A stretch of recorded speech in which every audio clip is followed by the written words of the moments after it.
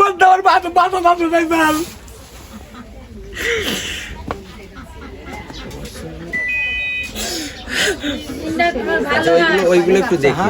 নাটোরের বড়াই গ্রামে ফিড বিক্রেতার ভুল ইনজেকশনের কারণে প্রায় 3 শতাধিক হাঁস মারা গেছে।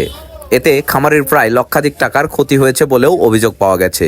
রবিবার সকালে উপজেলার পারকোল মৎস্যজীবীপাড়া ফরজ আলীর খামারে প্রায় 3 শতাধিক হাঁস মারা যাওয়ার ঘটনা ঘটে। এ ঘটনায় খামারি ফরজ আলী মানসিকভাবে ভেঙে পড়েছেন। শনিবার সন্ধ্যায় খামারি ফরজ আলীর খামারে 600 হাঁসকে ঠান্ডার ভ্যাকসিনেশন করার কথা বলে অ্যান্টিবায়োটিক ভ্যাকসিনেশন করেন ফিড বিক্রেতা ও পল্লী চিকিৎসক দাবিকৃত শরীফুল ইসলাম।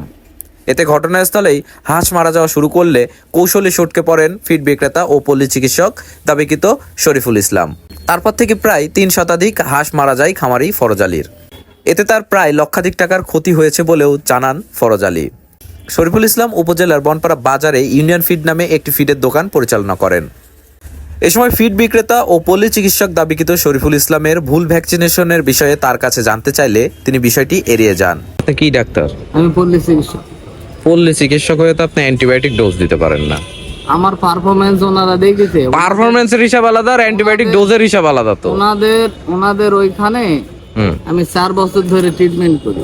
অবশ্যই উনি আমার সম্পর্কে জানে, তাছাড়া রিস্ক নেবে কেন? আপনি যে এই অ্যান্টিবায়োটিক ডোজ নিয়মিত ব্যবহার করেন, এটা কি প্রাণী সম্পদ অফিস জানে? না, আমি নিয়মিত প্র্যাকটিস করি। তাহলে এটা করলেন, নিয়মিত প্র্যাকটিস না করলে এটা কেন করলেন? আমাকে যারা ডাকে তাদের কাছেই। তবে এ ব্যাপারে খবর পাওয়ার সঙ্গে সঙ্গে ঘটনাস্থল পরিদর্শন করেছেন উপজেলা প্রাণী সম্পদ কর্মকর্তা নূরে আলম সিদ্দিকী।